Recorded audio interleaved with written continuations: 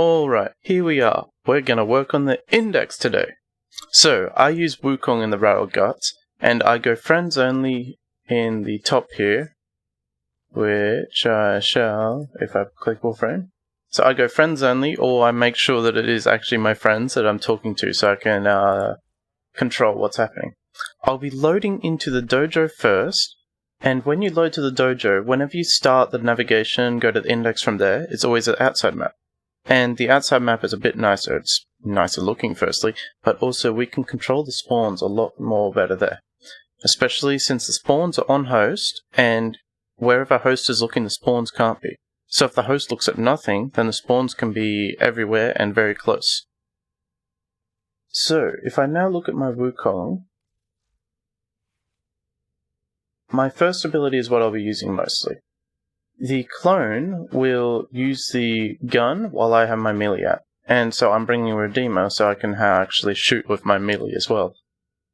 The clone will have a very good AI that is the same as the Excalibur Umbras, except it doesn't use abilities, whereas Umbra gets distracted using abilities. The health multiplier there makes it so the clone survives a bit better, so I build for a bit of strength to affect that. The boosted damage is only when you command it to attack, and we will not be using that since we're not actually looking at the enemies ourselves. We let the clone kill all the enemies. So on this build, I've just built for tankiness, and a bit of strength, and I've infused Raw, but that's really not necessary. I will also use the Cloudwalker to move around, which will prevent AFK timers, because the clone goes to sleep after a while if you just stand there. This will also heal for every meter that you move. So moving around will heal your clone and also prevent it from going AFK so it keeps shooting. So I'll run enemy radar for the purposes of this video, but when we're doing index, shield disruption is good. And that's about it. Maybe pistol lamp if you're running a pistol like I am, or rifle lamp. So now for the pistol, which is the actual important part of the build. Because for Wukong, you just need the clone and that's good enough. So, right. For my pistol, I have a high crit damage, decent fire rate, and a decent ribbon for that. If I were to not have that ribbon, I would just put primed heated charge, and I might run that for this video. So lots of damage, bit of status chance, bit of crit. The pistol mods are just insanely good, and that's why I'm running a pistol. If I didn't have, and this is the parts I'm using, rattleguts, killstream, and haymaker. So some other options are any snipers, like the Rubico, which is possible to get. Or maybe the Vectus. So what you're looking for is hit-scanned weapons. I'll now jump into the index and show this all off. And this is especially relevant because of the event credit booster today. So if I go and make sure you buy a credit booster before you run these missions. I'll just buy a short one since I'm not playing on this account too much at the moment. So, I can also jump into a relay, and if I were to do this, I would be able to use my MR30 relay blessing, or I could visit the blessings Discord. Alright, so I'm going to just hit that bless, and the UI is broken, so you don't actually see it. Really good. So now, in my top corner, I see the weekend credit booster that D gave us, the 25% that I got from the blessing, and a booster that I bought with Plat. So now I will jump into the index. So I go to the dojo first before I load the index mission, so I always get the outside map.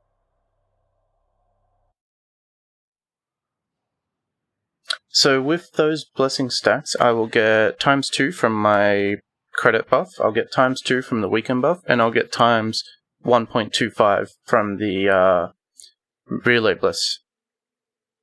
Check that I'm not on the steel path, because you don't actually get a benefit from it. Index, high. And so I've got enemy radar, but I would change that to shield disruption to be safer for longer. And we'll now see how well this actually goes. Lots of people are doing the Profit Taker, so we'll see. Wukong is my strat. And so I am the host. The host is the one that actually has to do the fancy stuff that I'm about to do.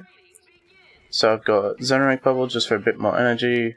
I've got low frame rates because I'm... Right, so there's my energy.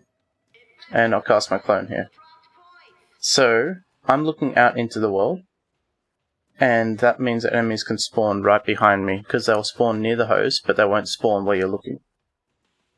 So, if my enemy raider actually picks them up, I'll be able to tell that they're very close. So I should be able to see them appear in the top left corner of my map. Whoa! Come on, clone. Oh, I need to pull my melee out. So I hold F to do that, and then my clone will actually start shooting the rattleguts that I've given him.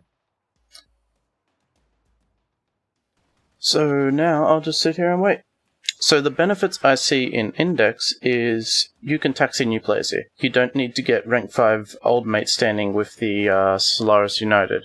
You can stay in here endlessly instead of loading in and out of Fortuna, which is quite buggy.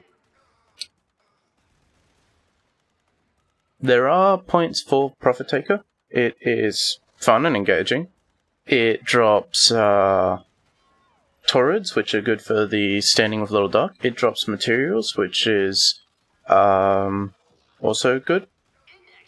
So it has a more varied drop pool. It also has the credits that it gives as an actual pickup. So with Profit Taker, if you get a Smeeta Kavat buff, or if you place your Chroma Pelt, which doubles credits if you pick them up in the range, then you will get ×2. And then it's just a matter of time. So this is probably easier for newer players, that's all. And also you can completely carry in this. You can also carry the Profit Taker, but it's harder to. Now my Spectre allies are actually going to go around and pick up points. They have a decent AI to like vacuum up points and go capture every now and then.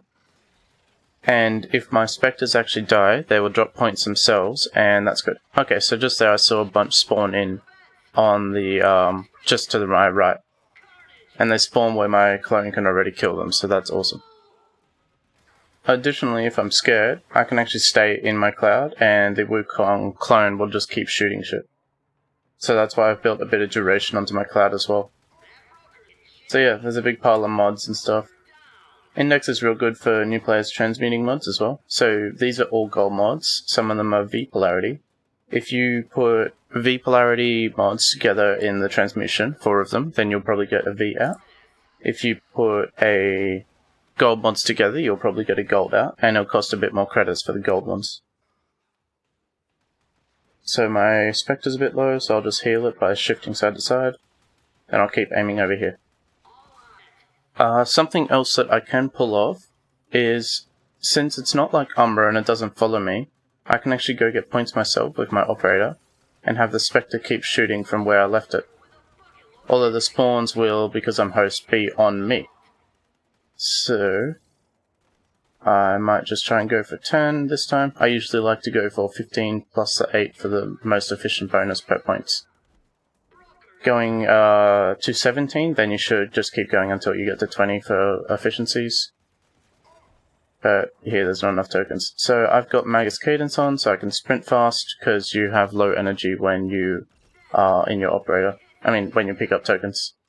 Alright, so now just get back in position. So yeah, if anything does come past, I can shoot my Redeemer at them as they're trying to walk into the goal. I will be using the yellow goal camp because the enemies will try and walk towards their goal if they ever pick up points. So if I was standing at the blue goal, they'll just walk away from me whenever they collect points. And they also walk towards any points they see dropped on the ground. So killing them near the yellow goal, killing them near points, they'll keep walking towards the yellow and the points. And of course, they'll be spawning on host. So you get 250 base reward for each round that you do. It costs 50 to enter though, so the first one's only 200k. But that 250k is twice as much as the 125 that you get from Profit Taker. So if you add the Chroma to Profit Taker, then they're both 250k. You have to have the skill to put the Chroma in the right place. Then we'll go to stats and progression, and I've got 2.4 mil in 10 minutes. Wispin, cool. That'll help a bit with the health of my wuclones.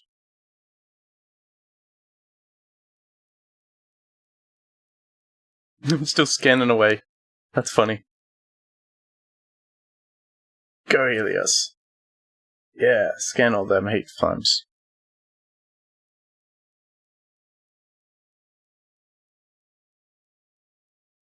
Alright, so I'm just loading in. I'll drop an energized dash, then go stand on the energy orb spawn and wait for it. There we go.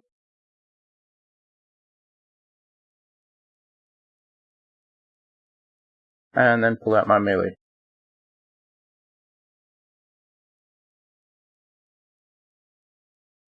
So, only host has to look at nothing, and the clients can do whatever they want. If the clients stay near where I'm killing, then they can pick up lots of points all the time. So, as long as the clients don't wander off, they'll be doing really well. Nice, I got the moat from that up here. Don't use the shock moat, and just use the health and speed moats.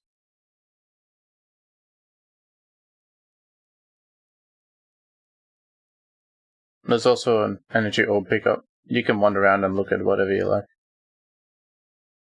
Alright, I'll just make my clone teleport back to where I am. There we go.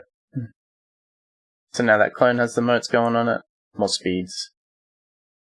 The wisp is a very good idea.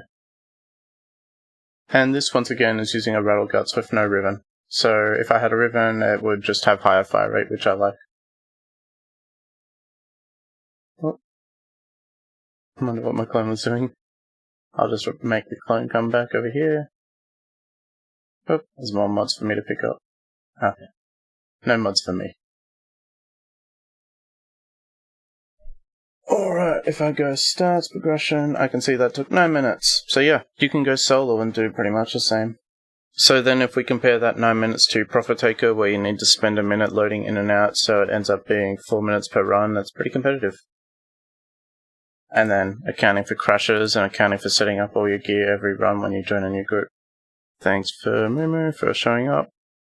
So once again, my Wukong, I have built for tankiness, which will affect the clone, and I've also built for strength, which will boost their health. I've got enemy radar here just to see when the spawns are happening, but shield disruption will actually nerf them a little bit, make it easier for me. I've made it just so I'd take less damage with Grace and Guardian, and I've got duration so that my cloud will last as long as possible.